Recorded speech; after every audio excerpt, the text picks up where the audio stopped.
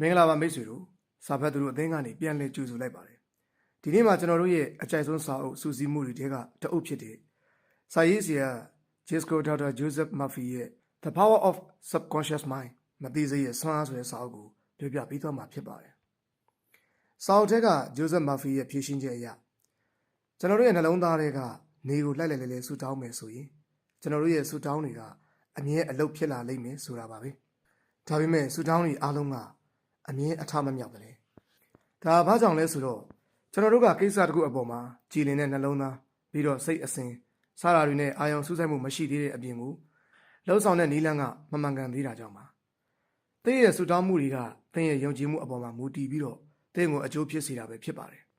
်သင်ရဲ့ဆူတောင်းတွေကသင်ရဲ့စိတ်ပိုင်းဆိုင်ရာပုံရိပ်တွေဒါမှမဟုတ်အတွေးတွေအပေါ်မှာမူတည်ပြီးတော့တုံ့ပြန်မှုပေးတာဖြစ်ပါတယ်သင်ရဲ့စိတ်ဆန္ဒကသင်ရဲ့ဆူတောင်းဖြစ်ပါတယ်သင်ရဲ့မသိစိတ်ကိုသင်ကောင်းကောင်းသိမယ်ဆိုရင်သင်ရဲ့ဘဝမှာမော်ဆန်ဆန်ဖြစ်ရတွေဖြစ်လာပါလိမ့်မယ်ကျွန်တော်တို့ရဲ့မသိစိတ်ကဘလို့လှုပ်လှုပ်တယ်ဆိုတာကိုနားလည်မယ်ဆိုရင်ဒီလိုမော်ဆန်တဲ့ဖြစ်ရတွေကဘယ်သူစီမှမဆိုဖြစ်လာနိုင်ပါတယ်သင်ရဲ့မသိစိတ်ကဘလောက်တောင်မှဆွမ်းအားကြီးတယ်ဆိုတာကိုသင်အိမ်မက်တောင်မှမှတ်ဖို့မှမဟုတ်ပါဘူးလူတယောက်ကအောင်မြင်နေချိန်မှာအခြားလူတယောက်ကဘာကြောင့်ရှုံးနေရတာလဲလို့သင်ဒီလိုမေးဘူးပါသလားလူတယောက်ကအရင်ချမ်းသာနေပြီးတော့တခြားတယောက်ကဘာလို့အရင်ဆင်းရဲနေရတာလ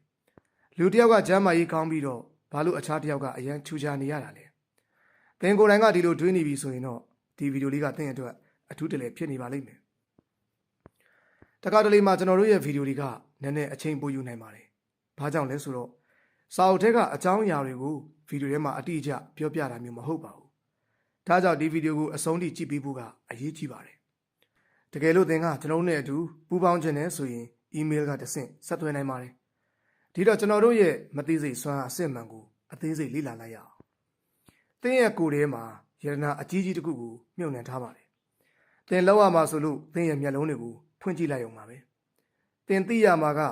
တကယ်လို့ကျွန်တော်တို့ကလမ်းကြောင်းတစ်ချောင်းကိုတန်လိုက်တဲ့ထည့်သွင်းပေးလိုက်မယ်ဆိုရင်သူ့ရဲ့ကိုယ်ပိုင်အလေးချိန်ထက်ဆယ်ဆပိုပြီးသားတဲ့အလေးချိန်ကိုသယ်ဆောင်နိုင်မှာပဲဖြစ်ပါတယ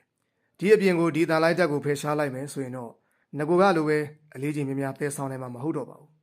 းဒီလိုမျိုးကကျွန်တော်တို့စီမှာလည်းဖြစ်တတ်ပါတယ်တန်လိုက်တဲ့ရှိတဲ့လူတွေကယုံကြည်မှုရှိပြီးတော့မရှိတဲ့လူတွေကတော့သူတို့ကိုယ်သူတို့တန်တရားစိတ်တွေဖြစ်ပြီးတော့မှသူတို့ဘာသာဝန်ထုတ်ဝန်ပိုးကြီးတွေထမ်းသိထားရပါတယ်ဒီပြဿနာအတွက်အဖြေကတော့မိတ်ဆွေရဲ့စွမ်းအားကြီးလာတဲ့မသိစိတ်ထဲမှာရှိပြီးသားပါကျွန်တော်တို့ရဲ့မသိစိတ်ကအရန်ကိုစွမ်းအားကြီးလွန်းတာကြောင့်ကျွန်တော်တို့ရဲ့ရင်ထဲကကိုလူလူလားလားနဲ့ကမ္ဘာပေါ်မှာအချမ်းသာဆုံးအအောင်မြင်ဆုံးလူဖြစ်ချင်တယ်ဆိုရင်ဒီမသိစိတ်ကမိတ်ဆွေအတွက်လမ်းကြောင်းဖောက်ပြီးသွားပါလိမ့်မယ်မသိစိတ်ဆိုတာဘာလဲလို့လူတွေကတွေးကြပါတယ်ဒီအတွေးကမှန်ပါတယ်မသိစိတ်ဆိုတာကတော့ကျွန်တော်တို့ရဲ့အသက်ရှူနှုံးတွေနှလုံးခုန်သံတွေတွေးလေပတ်မှုတွေနဲ့ခန္ဓာကိုယ်ကအလိုလျောက်လှုပ်ရှားမှုတွေအားလုံးကိုထိန်းချုပ်နေတဲ့အရာပါပဲဒီနေရာမှာစဉ်းစားစရာကမိတ်ဆွေရဲ့မသိစိတ်ကမိတ်ဆွေကိုအသက်ရှင်အောင်လှုပ်ပေးနိုင်တယ်ဆိုရင်မိတ်ဆွေရဲ့စိတ်ထဲကလွင်ဆန္ဒကိုလည်းဖြည့်ဆည်းပေးနိုင်တယ်ပေါ့ရိုးရိုးလေးပဲပြောရမယ်ဆိုရင်မိတ်ဆွေရဲ့ရည်မှန်းချက်ကိုအရင်သတ်မှတ်ပါဒါကဘာပဲဖြစ်ဖြစ်ပါတကဘာလုံးမှာအချမ်းသာဆုံးဒါမှမဟုတ်အကြီးဆုံးစီးပွားရေးသမားကြီးဆိုရင်လည်းဖြစ်ပါတယ်ဒါကြောင့်မိတ်ဆွေရဲ့မသိစိတ်ကိုသတင်းပေးပို့တဲ့နည်းစနစ်ကိုမိတ်ဆွေကောင်းကောင်းနားလည်မယ်ဆိုရင်မိတ်ဆွေပြင်မအလုပ်လုပ်စရာမလိုတော့ပါဘူးမိတ်ဆွေရဲ့မသိစိတ်ကမိတ်ဆွေရဲ့ခန္ဓာကိုယ်ထိန်းချုပ်တာဖြစ်တာကြောင့်ကိုယ့်ရဲ့လုပ်ရက်တွေကိုလည်းထိန်းချုပ်သွားပါလိမ့်မယ်ဒါကြောင့်သင်ရဲ့မသိစိတ်ကပဲသင်ကိုအလုပ်လုပ်အောင်တွန်းအားပေးပါလိမ့်မယ်သင်နှလုံးသားရဲ့အတန်ကိုနားဆွင့်ထားပါလို့လူတွေပြောကြတာကိုကြားဖို့မှာပါဒီနေရာမှာနှလုံးသားရဲ့အတန်ဆိုတာသင်ရဲ့မသိစိတ်ကိုသင်ရဲ့မိတ်ဆွေဖြစ်အောင်လုပ်ခိုင်းတာကိုဆိုလိုပါတယ်ပြီးရင်တော့သင်ပါကြီးပဲဖြစ်ချင်းအတော်ဆုံးသောဆရာဝန်လားအင်ဂျင်နီယာလားစီးပွားရေးသမားလားယင်းနှိမ့်မြုပ်နှံသူလားဘာမှမဆိုဖြစ်လာနိုင်ပါပြီBill Gates တို့ Mark Zuckerberg တို့ဆိုတာကငယ်ငယ်ရွယ်နဲ့အရန်ချမ်းသာပြီးအောင်မြင်လာတာကိုသင်ထူးဆန်းတယ်လို့မထင်ဘူးလာ